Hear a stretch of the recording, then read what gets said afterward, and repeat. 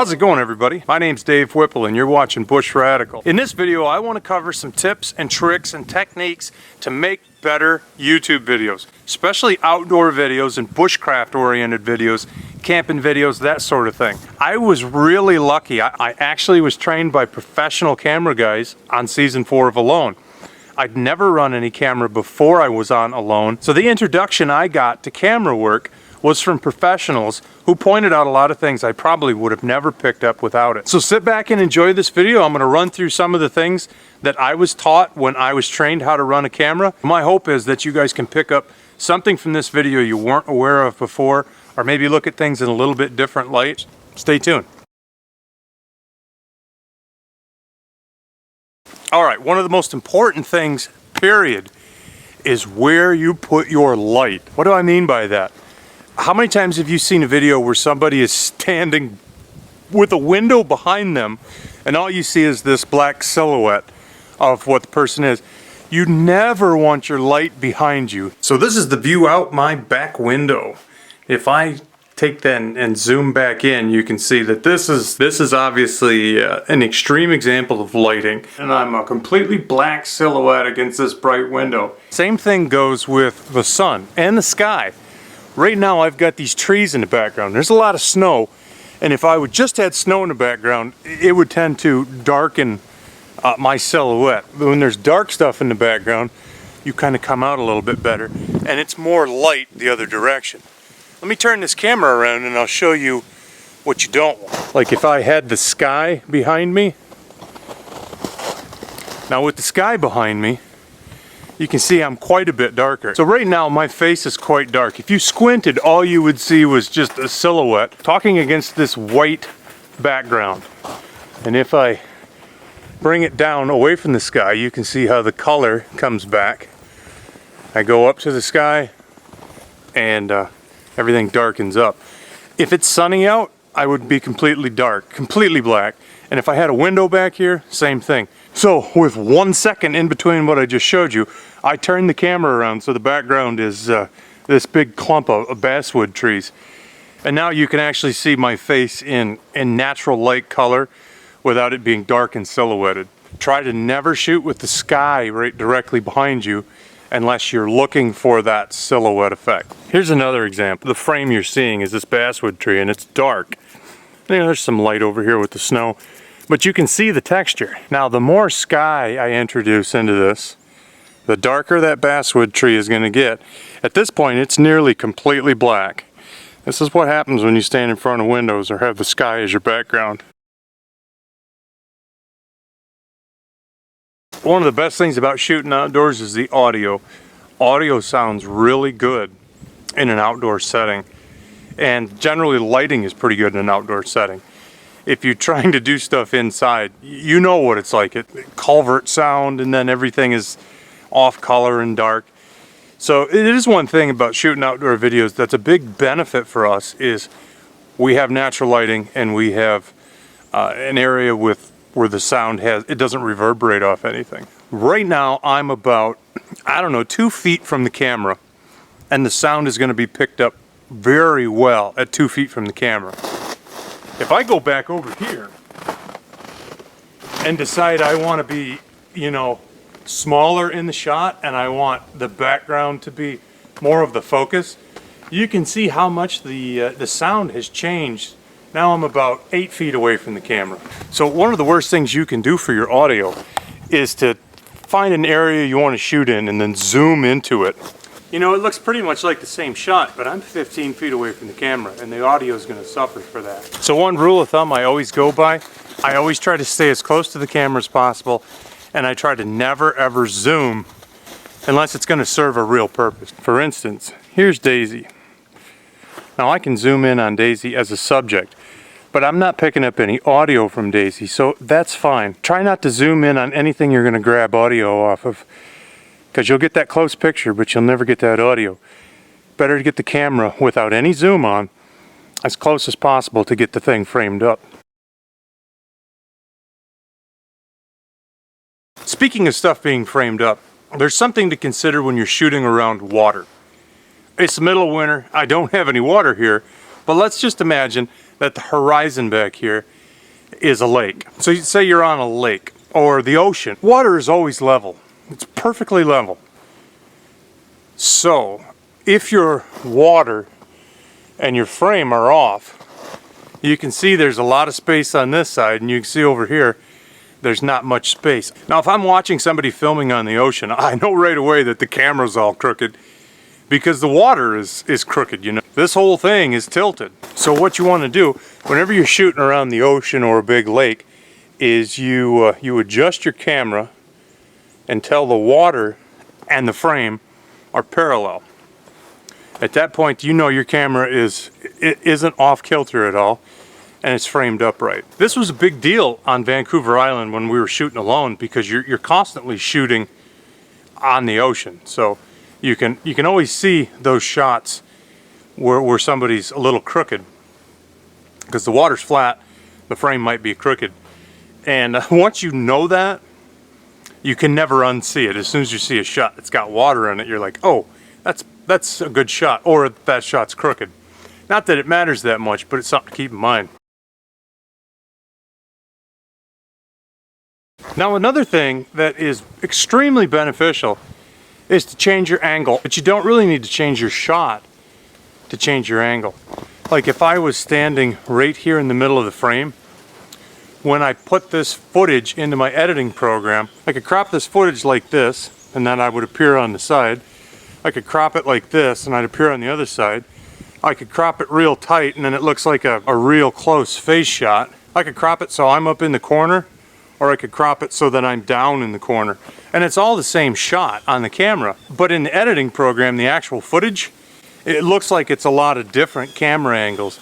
That's a good way to take a single shot from the camera and just break it up into maybe 5 or 6 sections and crop it differently. It's very simple. Everybody does it, but it's a good thing to keep in mind to keep a video interesting. So it looks like there are a lot of different angles, even though it's only one camera shot. Now, as far as setting up a shot, it's very simple. You've got your subject. You put your subject where you want your subject in the frame. Make sure your camera's level and hit record. And every single person is going to frame a shot a little bit different. And that's one of the things that's really interesting because you get insight into a person and their style by the way they frame a shot. Two people can be running the same kind of camera the same time of day.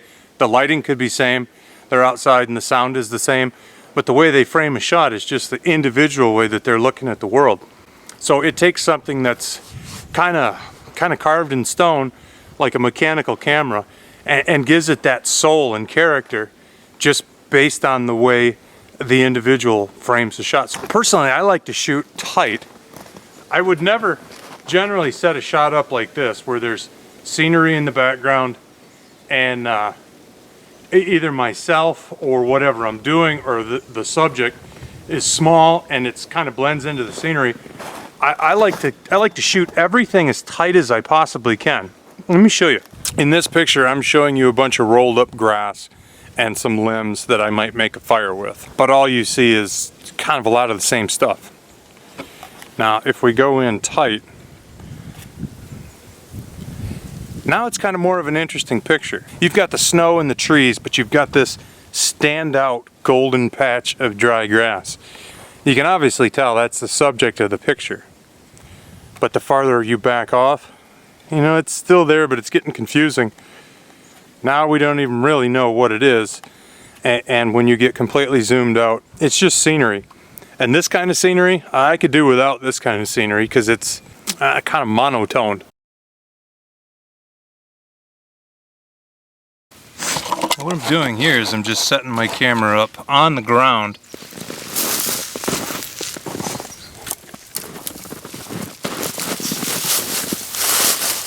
So then I can get some nice shots of lighting a small fire. Ground shots are cool for stuff like this just because it's more like you're inside the shot as opposed to just seeing it in a frame. You know, I probably don't need my boots to be in the middle. It might be a better shot if I was over, let's say over here.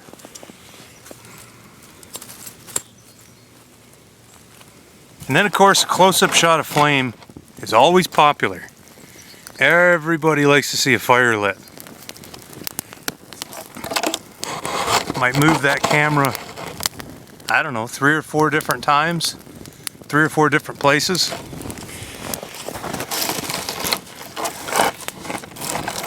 Generally, once I get it set to where it's in a good spot, I'll leave it for 10 seconds so I can get my 4 or 5 seconds out of that shot that I want. Right now I'm hand holding this camera, but I try never to do that because I don't like the wobble. I personally think it's always best to set a shot up to where you're on a tripod or you're on a beanbag, because the movement is distracting. Maybe on a shot like this, even zoom in just a bit so you're right inside the fire. It's cool to get that close-up shot right inside the heart of the fire.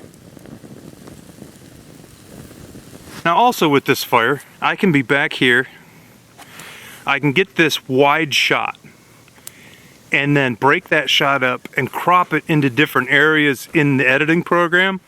So it's still one shot, but I can get the fire left, I can get the fire right, I can get the fire up top, I can get the fire off to the side, etc., all with just one single shot. Now another rule that I was taught, which I honestly ignore quite a bit, is the rule of thirds. The rule of thirds states that like your screen is broken up into, this third, the middle third, and this third, and then it's broken up a third, and then the bottom third.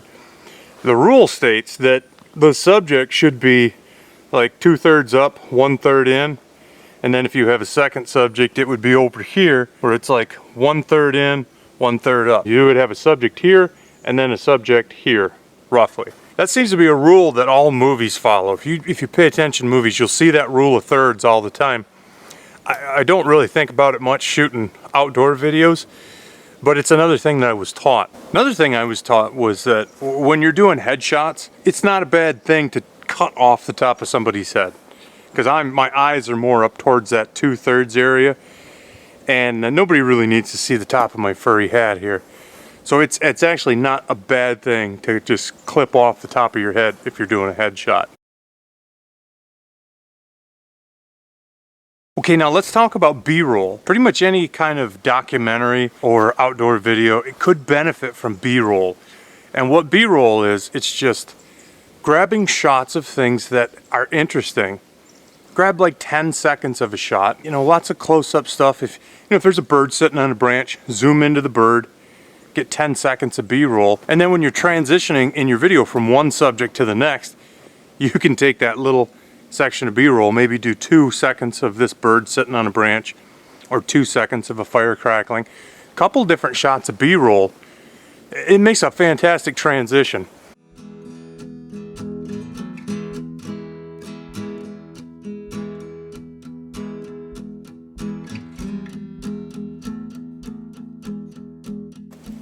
Alone is too full of B-roll maybe. There's a lot of B-roll in Alone. You'll see the trees, with the wind and water dripping off the plants and, a bird and stuff like that. But it makes a good cushion, a good transition from one topic into the next, or from one section of the video into the next section. So let me just show you guys a couple, just to grab the concept of B-rolls. Okay, so here's a basswood tree that's got some hatchet marks out of it.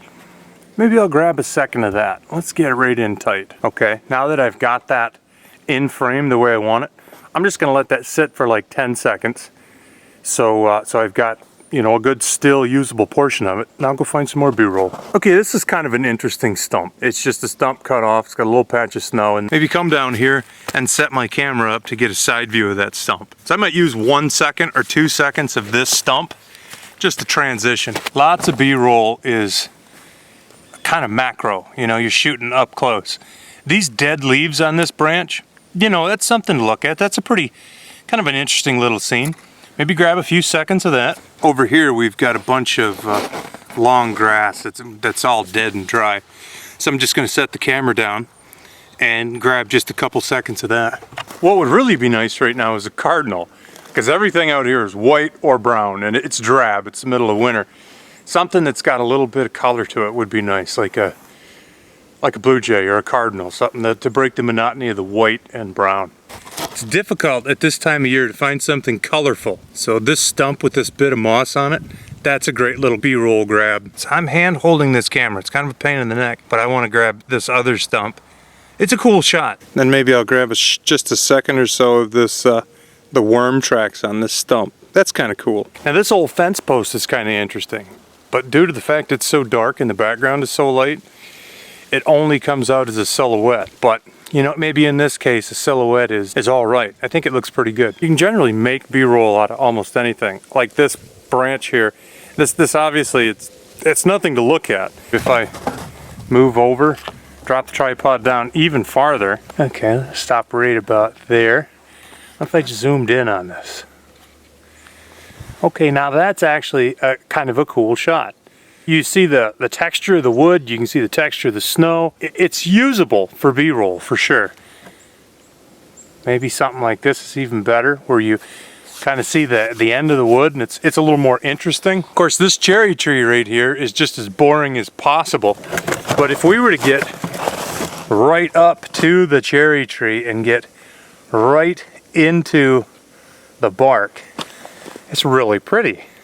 There's actually quite a bit to see on that cherry bark, but when you're a couple feet back, it's, you know, there's really nothing there. It's just a dark looking tree. Maybe even closer. Yeah, right here's kind of cool because we're just a little out of focus over here, and you can see the moss and you can really get the texture. I would keep that as a piece of B-roll. Throw a second of that in something. It's pretty good. My wife Brooke is really good at B-roll. She's always looking for those little bits and pieces to grab. And the more I shoot B-roll, the more I add B-roll to video, the more I like B-roll. It's nice to just have some interesting view of something just as a transition from one thing to the next. Whole bunch of B-roll in a like an outdoor nature video, it really gives you an idea of what's there. Big scenery shots, a lot of times they tend to just be kind of monotone, but tight B-roll, it really makes you feel like you're there and you're looking at stuff yourself and you're handling whatever, you know, the leaves or the small animals or whatever you're shooting. It always kind of really brings it out better than trying to show the big picture and show people this is what it looks like here. It's nice to get real tight on stuff and real up close where you're right there, like inside the flower, or you can see the bee, you know, all the details. Just little stuff like that kind of gives the flavor of what you're shooting, and it really helps to get it across. Most of you know this, but if you're just starting out, this is a golden piece of information. Edit out your camera moves. Please. Every time you move the camera, it doesn't need to be in there. It should just be one shot, boom, move to the next shot. Nobody wants to see somebody's camera doing this for 2 seconds, 3 seconds, 4 seconds, 10 seconds. So when you change from one shot to the next shot to the next shot, it's just professional. Edit out all that movement. We've all been guilty of leaving camera movement in a shot. If you can avoid it at all costs, avoid it. Unless there's some way that it adds to the film. If you're shooting something that is live action and the movement helps to tell the story, then the movement is okay, but only if it's intentional.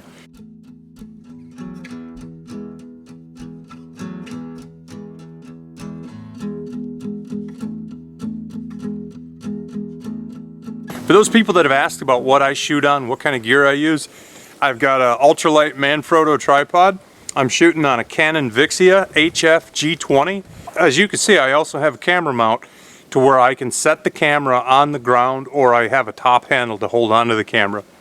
I think that was like a $20 edition. The camera cost me $4.99 from BH Audio. The tripod, I think, is a $99 tripod. But it's the same tripod we used when we were filming Alone. I'm shooting in 1080p, which is the same quality that Alone was shot in. You know, I really have maybe $600 worth of camera gear.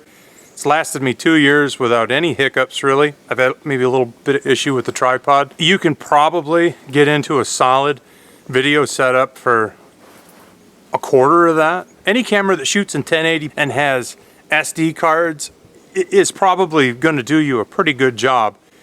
And there's, you know, the smaller handheld Canons and Panasonics and Sonys and stuff along those lines. A lot of those you can get into for $150 used, and a tripod, you could probably buy this tripod used for 35, 40 bucks. The other thing is that this particular camera has 2 slots for SD cards, so I could shoot an incredibly long amount of footage on 2 SD cards and the camera's internal memory. Now this camera has 32 gigabytes of internal memory, and I've never once put an SD card in this camera. I just shoot on the internal memory, and when I've got it pretty much full, I dump it all into my MacBook Pro, and I'm just using the standard iMovie program that comes with the computer, or it's, if you don't have it, it's like 14 bucks. I pretty much never found a shortcoming in iMovie to where I wanted to do something and I couldn't do it with iMovie. I like to keep things simple. iMovie's got more features than I'll ever use, but it's still very simple. It doesn't get in the way of getting things done. It's clean, it's easy to use. I like iMovie a lot. Now the very last thing I want to cover is editing. One of my favorite editors of all time is a guy named Graham Cochran. He runs a site called The Recording Revolution, and it's all about home recording. But if you watch one of his talking head videos where he's just explaining stuff, his videos are edited boom, boom, boom, boom, boom. If there's any dead space between thoughts, he cuts that out. If there's an or an ah, he'll cut that out. So it's very quick, it's very... Sometimes it's a touch on the choppy side, but he's getting the information across without ever letting you listen to filler or mistakes or dead air, and I really appreciate that. So in editing, I always try to chop out dead space unless it adds to the shot. Most times it doesn't. If you've said something 5 different ways, either comp together one good thought or pick the one that is probably the best and get rid of everything else and then tighten it up. Generally, when I edit, I'll edit twice. I'll rough edit and get rid of everything I know is not going to be in the video, and then I'll go through and I'll fine edit probably a day later and trim up the ends of each scene to make sure that after I've said something, there's no trail of dead space, there's no camera movement. I think when it comes to editing, the thing to always keep in mind is never waste the viewer's time. Tell them what you're going to talk about what you're going to talk about, and then tell them what you said. So it's an encapsulated idea from start to finish. If you've got a big like rabbit trail, just edit it out. Chop it down as much as you can. Make it punchy, make it snappy. Each video you're getting something across. You know, if you're somebody like Joe Robinette and you're getting across a 4-day camping trip, you can put as much space in it as you want. But if you're showing somebody how to use a flint and steel, and that's the video, it should be concise. It should be packed full of information. It should be edited tight. You don't want to bore people. You don't want people to shut your video off because there's just too much nothing. Or worse, you know, there's this between shots where you're readjusting your camera. Just edit tight. Always edit with the consideration of the viewer in mind. That's not something I learned from professional camera guys. That's something I appreciate in other videos. The meat and the potatoes is what I want. Not somebody changing the camera angle and leaving that in, or somebody losing their train of thought and 25 seconds of silence while they pick it back up where they left off. Just edit it out. Every single time that you sit down to edit, think about the viewer. Give the viewer the best version of what you shot that you can, and always be mindful of their time. So I hope you guys learned something of value. I hope you picked up something that you didn't know, or maybe you look at something in a way that you'd never looked at it before. If you have any questions, throw them down in the comments and I'd be happy to answer them. Whether it's camera gear, whether it's editing software, process, setup, shots, ideas, whatever. And if I can help in any way, I'd be more than happy to do it. Thank you guys so much for watching Bushradical. My name's Dave Whipple. Don't forget to hit the like and the share button. Of course, if this video would help somebody else you know, make sure you share it to them. And don't forget to hit the subscribe button if you haven't yet. Thank you so much for watching. And be radical, eh? See you soon.